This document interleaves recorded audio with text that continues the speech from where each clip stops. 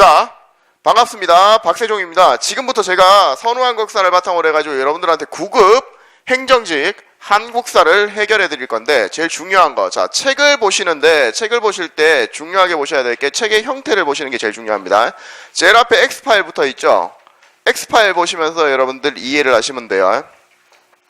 X파일에 보시면 지금 한국사 시작하기에서 전시대 흐름 잡기가 나왔는데, 이게 제일 중요한 파트예요. 이게 제일 중요한 파트예요. 이거는 여러분들 책상에다 붙여 놓으세요. 째서. 이거는 책상에다 붙여 놓으셔야 돼. 왜 그러냐? 여기 지금 모든 게 다 나와 있어요. 이 책이 제일 훌륭한 이유가 이 파트 때문입니다. 자, 잘 보세요. 여러분들 지금부터 잘 보시는데 정신 차리고 잘 보셔야 돼. 어떤 수업에서도 안 해드리는 거야. 출제 공식을 가르쳐 드릴게. 출제 공식을. 대략 제2력 보셨으면 아시겠지만 저 같은 경우는 임용부터 시작해서 한국사 공무원부터 시작해서 수능까지 다 다룹니다. 그런데 저는 수능이 전문이 아니라 공무원이 전문입니다. 제가 지금까지 봤던 문제 숫자가 약 16,000문제 정도 됩니다. 그 다음에 수능까지 합쳐가지고 보면 3만 문제가 넘죠. 그러면 공무원 문제만 가지고 얘기하자 그러면 제가 지금 현재 가지고 있는 문제를 정리해 놓은 페이지 숫자만 해도 거의 5,000페이지가 넘습니다. 그러니까 공무원 문제는 두 파트로 나눠서 저는 정리를 해요. 언제?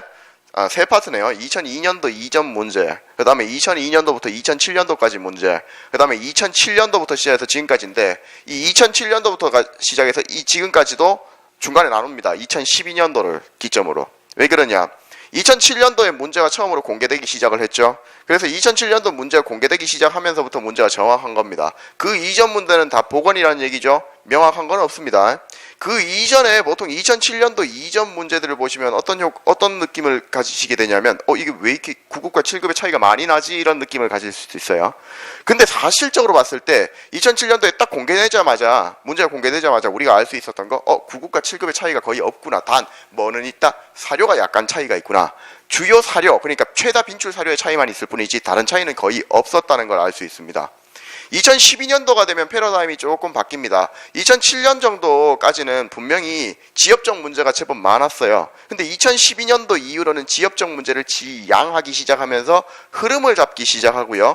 그러면서 2012년도 이후로부터 점차 문제들이 대부분의 직렬들이 비슷비슷한 사료에 비슷비슷한 걸 물어보는데 단 문제의 형태만 다릅니다. 뭔 얘기냐? 경찰 문제 같은 경우는 예를 들면 우리가 선택조합형 문제라 가지고 기역, 니은, 디귿, 리을, 미음, 비읍을 조합하는 문제를 우리 일반 행정직에서는 기역, 니은, 디귿, 기역, 니은, 비읍 이런 식으로 물어보는데 경찰 문제에서는 몇 개야? 이런 식으로 물어보거든요. 이렇게 나오기 시작을 했죠. 두 번째는 뭐냐면 여러분들 또 하나 형태가 조금 달라지기 시작한 게 2012년도 들어오면서부터 우리가 알 수 있는 것 중에 하나가 뭐냐면 연도를 굳이 알지 않아도 흐름을 잡을 수 있는, 그래서 순서 배열형 문제가 이제는 순서 배열형 문제가 이런 식으로 처음에는 나왔다가 어느 순간 뒤쪽으로 넘어가면서부터 어떻게 나오냐면 근현대사에서 내놓기 시작을 하면서 개월수 단위로 요거 6월달이지, 요거 7월달이지, 요거 7월 13일이거든 이런 식으로 문제를 물어보기 시작했습니다.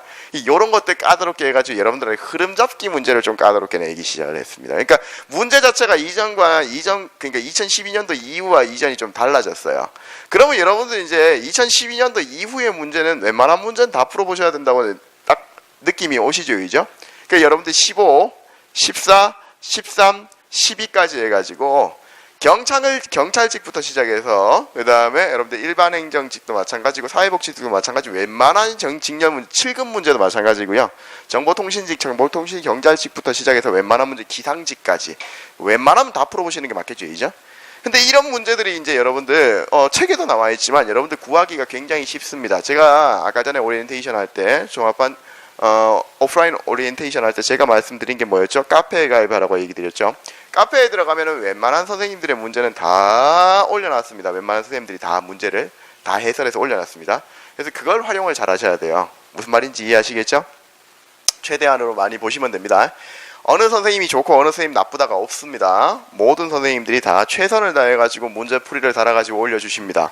그러니까 그분들이 가지신 노하우가 총체적으로 다 들어가 있으니까 웬만하면 5분 정도의 해설을 모두 다 출력해서 그 해설들을 밑바탕으로 해가지고 문제를 총체적으로 분석해 보는 것이 가장 중요하실 겁니다. 그래서 주의를 잘 활용하시는 게 좋아요. 토요일이나 일요일 하루 정도는 조금 넉넉하게 주무시면 돼요. 넉넉하게 주무세요. 사람이니까 넉넉하게 주무셔야 돼요. 하루는 넉넉하게 주무셔야 되는데, 그리고 나서 또 한 두세 시간 이상은 자기를 위해서 쓰세요. 자기를 위해서 써서 뭔가 뭐 예를 들면 예능 프로를 좋아하시면 예능 프로, 만화책을 좋아하시면 만화책, 이런 거 보시면서 스트레스를 좀 푸시는 거는 나쁘지 않아요. 그건 충분히 필요한 일이에요. 그 외의 시간에 모든 것을 쏟아부으면 됩니다. 아시겠죠? 그래서 주일 중에 하루는 여러분들 무조건 뭐에다가 쏟아부어야 돼? 문제에다가 쏟아부으셔야 돼요. 나머지 공부에다가. 근데 문제를 계속해서 체크를 해보시는 게 가장 좋은 방법입니다. 아시겠죠? 자, 문제를 체크하시다 보면 국사는 이렇게 나옵니다. 첫 번째 여러분들 선사가 있고 그 다음에 역사시대로 들어가죠. 그럼 선사시대로 들어가면 문제를 보다 보면 선사시대로 들어가면은 구석기 시대를 딱 보자마자 바로 알 수 있는 게 하나 있습니다. 요즘 와가지고 문제가 나오면 출제의 공식 딱 하나입니다. 뭐죠? 그렇죠. 자, 무조건 구석기 시대는 유적지는 반드시 키워드와 함께 암기를 하셔야 되는데, 예를 들면 여러분들 기원전 70만 년 전부터 선사시대의 시작, 즉 구석기 시대의 시작이라고 일컫게 되는 유적지가 하나 있죠. 뭐가 있죠? 단양 금굴 유적지가 있거든. 그런 식으로 기원전 70만 년 전, 그래서 가장 오래된 구석기 유적지 단양 금굴, 이런 식으로. 아시겠죠? 이런 식으로 반드시 외워 놓으셔야 돼요. 암기를 하시지 않으면, 이거는 암기를 하시지 않으면 아무 소용이 없습니다. 근데 단순 암기는 다 꼬입니다. 그래서 키워드를 잡고 뭐를 보실 수 있도록, 그렇죠, 문제의 사료를 보실 수 있도록 키워드를 잡고 포인트를 잡아서 기억을 하시는 거, 그게 암기입니다. 제가 얘기한 건 단순 암기가 아니에요. 그죠? 키워드를 잡고 포인트를 잡아서 머릿속에 넣을 수 있는 방법, 그걸 만드는 게 가장 중요합니다. 아시겠죠? 그래서 선사시대에 들어가면 구석기 시대와 신석기 시대부터 보시는데, 구석기 시대는 아무래도 여러분들 마이크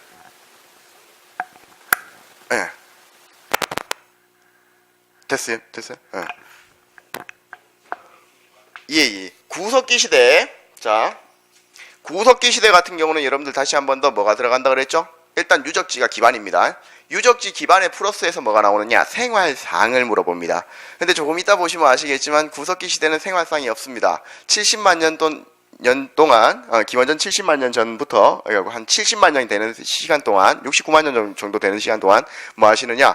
쉽게 저 넓은 돌판에 강호동 씨가 뛰어가요. 아시겠죠? 자, 다시 한 번 더. 저 넓은 들판에 강호동 씨가 뛰어가. 강호동 씨를 봤어요. 혼자 있어. 무슨 생각이 들어요? 혼자 있다니까? 무슨 생각? 강호동을 봤어. 혼자 뛰어오는 강호동을 봤어. 선생님한테 뛰어와. 어때? 그렇죠. 무섭죠. 왜? 저기는 당신을 먹으러 오는 거니까.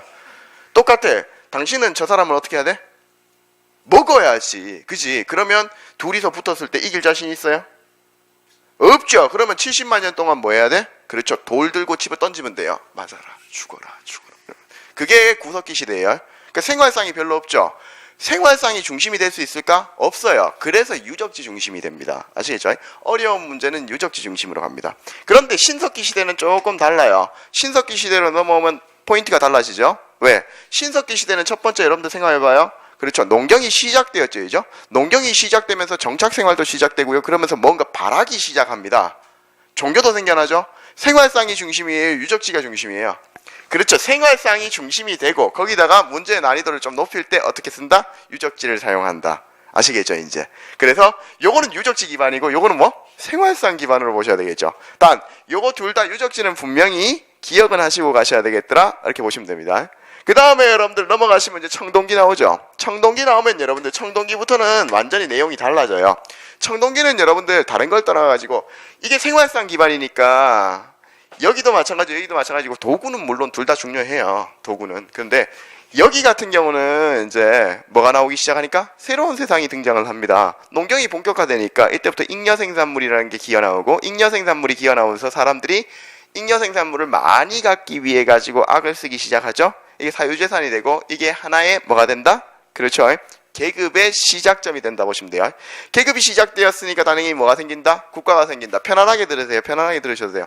국가가 생긴다. 그러면 국가가 생겼으니까 당연히 이때부터 질서가 생기겠죠. 국가의 형태가 맞춰지니까 질서가 생기겠죠. 그럼 이거에 맞춰가지고 자, 지금부터는 생활상이 아닙니다. 사회상이 달라지겠죠. 그래서 사회의 구성이라든가 형태라든가 이런 것들이 기어나오기 시작하니까 이때는 요게 중요한데 문제는 뭐냐면 국가가 발생을 했어요. 국가가 발생하는데 사회상을 여기다 물어볼까? 안 물어보죠. 단순 청동기는 청동기로만 빼서 물어보거든. 그럼 이때는 뭐가 중요해져요? 그렇죠. 뭐가 중요해지느냐? 바로 유물과 그 다음에 국가와 연결시킬 수 있는 키워드 고리들이 중요해져요. 그래서 조금 이따 보시면은 확실히 그거는 이해를 하실 수 있을 겁니다. 초기 철기 시대로 갔다. 초기 철기 시대로 가면 여러분들 뭐가 중요해질까? 초기 철기 시대로 넘어가면 뭐가 제일 중요할까요? 초기 철기 시대로 넘어가면 제일 중요해지는 건 딱 하나입니다. 뭐? 청동기가 중요해집니다. 여기 많아요, 여기. 좀 이따 비 온다고 쳐보세요. 비가 오면 바깥에 확 하고 한번